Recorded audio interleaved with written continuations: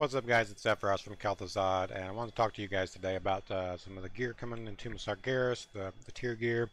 I want to talk about runic management, um, the blast radius nerf, a couple other things. I uploaded this video a little bit ago on YouTube, and it wasn't in HD. I think I didn't have my settings right on my video recording, so I'm doing it again. Anyways. Talk first about rune management. Um, some people don't really know how to use their runes properly. Um, so the basic rule is if you have 3 runes available and your Remorseless Winter is off cooldown, you can use Remorseless Winter and still do 1 Obliterate, which is fine. If you have 1 available rune and Remorseless Winter is up, you can use Remorseless Winter and that'll take that rune. But if you have 2 runes, that's when you do not want to use Remorseless Winter. You want to use just an Obliterate, because there's more of a chance that Obliterate is going to proc your Howling Blast, and your Howling Blast is going to do 300% increased damage, and you can wait to get your Remorseless Winter going to have that happen. I see a lot of people that'll, they just spam it as it comes available, which isn't really that good. But I've been trying to get myself to do that more, and really watch my runes. I ended up having a buddy show me how to make some wick auras and teach me the basics of that and stuff, and go through that with me. So I started making my own. So you see the blue bars that are above my abilities. Those are my runes, and I can see it really good. They're totally, they just go black whenever I use one, and then they start filling back up.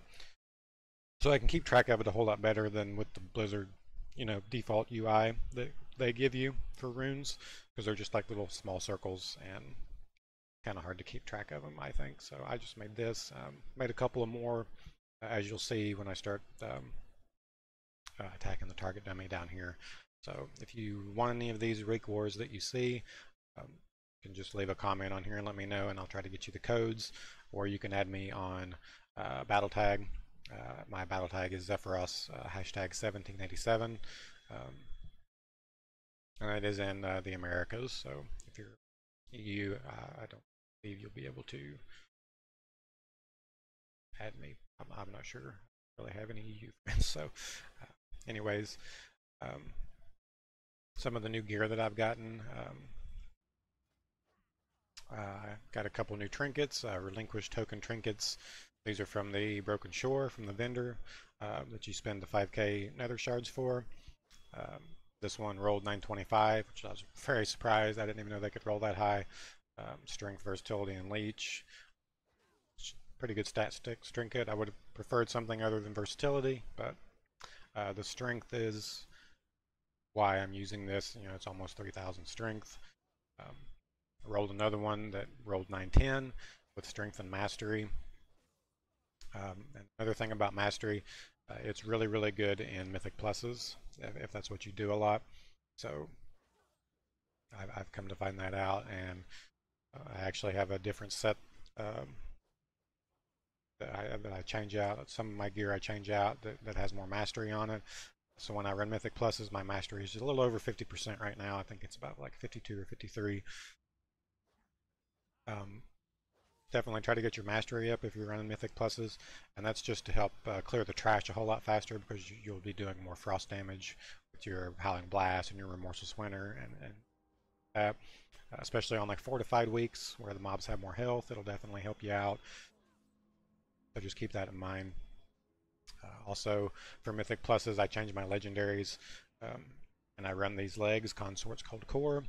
Cinderghost's Fury has a 50% reduced cooldown and freezes all enemies hit for 3 seconds, plus it has over 1,000 mastery on it, which is pretty nice. So having Cinderghost's Fury go from a 5-minute cooldown down to a 2.5-minute cooldown is really helpful in mythic pluses, because you can use it on more trash packs. And the cooldown and the freeze is also really good.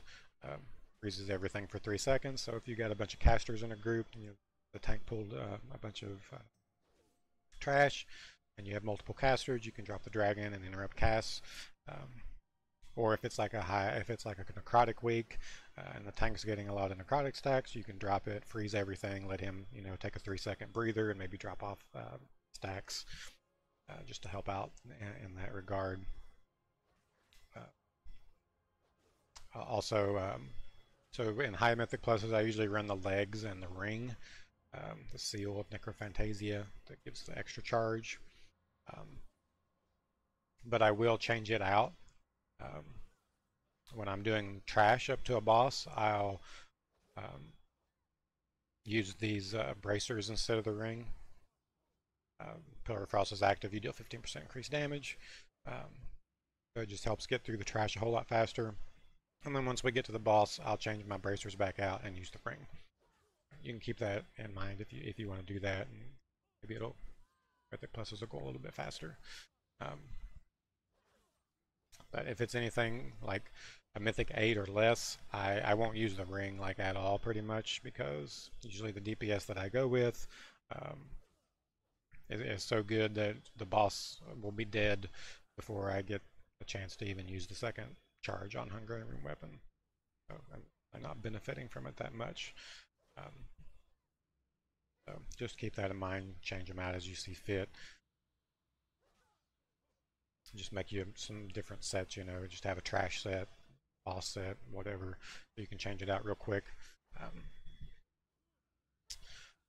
I think that's pretty much it for the gear I got. And I finally got the belt, Kultira's Newfound Will. Obliterate has a 15% chance to refund 2 runes. It's really, really nice. During your breath phase, you're pretty much getting free obliterates because you're getting 2 runes back, and obliterate takes 2 runes to use. So you're getting the runic power for doing the obliterate, but you're not actually using runes on the obliterate. It's really, really nice. And it also helps you when you're on your downtime and after your breath's off, and you're back using Frost Strike and that. It'll let you, keep up more runic power while you're, you don't use runes when it procs. So it's really, really good legendary. But yeah, I think that's about it for the new gear that I've gotten.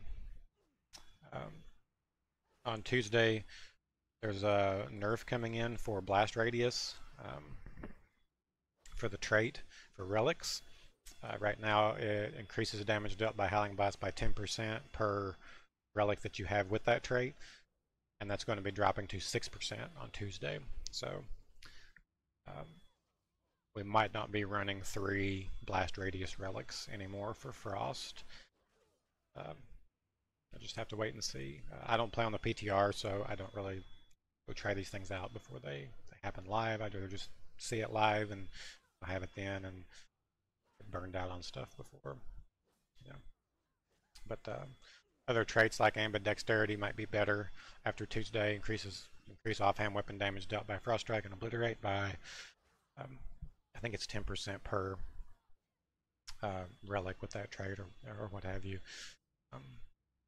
So we might have to be doing some more relic farming if you happen to have blast radius and all your things. I only have 2 right now, so I might have to change those out if other relics are better with other traits. So just keep that in mind when Tuesday just come out and Tomb of Sargeras. Talk about the tier gear here real quick. The new 2 set, Hungry Rune Weapon, increases your damage dealt by 20% for 10 seconds. I think this is going to be really OP, especially if you have the ring, because you're going to benefit from that twice per breath, as long as you have 2 charges breath. So, the 4 set reduces the cooldown of Hungry Rune Weapon by 1 second for every 60 runic power you spend, and as you probably know, we spend a lot of runic power doing Breath of Cindergosa. So if you link this with a Convergence of Fate trinket, your attacks have a chance to reduce the remaining cooldown on a power rune weapon by 5 seconds. We might be able to see very, very elongated breaths with this 4 set and with the Convergence of Fate. Um, I don't really use Convergence because, like I said, the raids that I go in with people I go with and the Mythic Pluses I do, I don't really benefit from this too much. Shit just dies so fast. But once we have this 4 set and we're getting another cooldown reduction on Empower Rune Weapon, it might be like mandatory to use pretty much, so you can breath going even longer, through like a whole cooldown of Empower Rune Weapon. So we'll just have to see. Everything else in Tomb, I'm not sure about. Some of the trinkets look good. Some of them look pretty garbage, in my opinion. So we'll just have to wait and see. Like the same thing with the relics, and see which ones are good and which ones aren't. If I happen to go in there and get any that turn out to be pretty OP, I'll make another video and let you guys know for sure. So, or if I see somebody using one and damage is just crazy or what have you, I'll let you guys know. So that's pretty much it for Tomb. Go down here and show you guys my damage increase a little bit. I think I was 893 in the last video that I'd made when I first got the ring. So I'm 908 now, almost 912 overall. Pretty good little increase. Let me reset this real fast.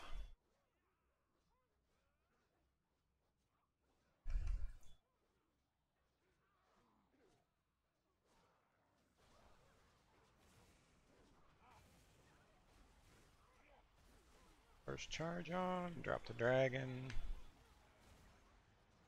So almost 3 million damage there.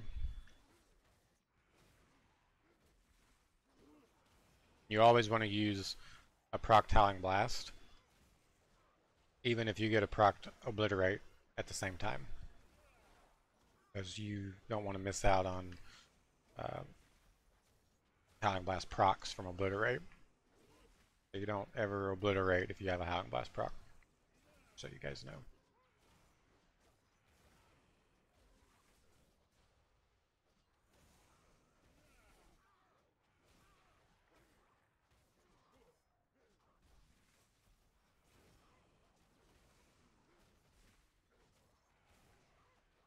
Pretty decent little breath here.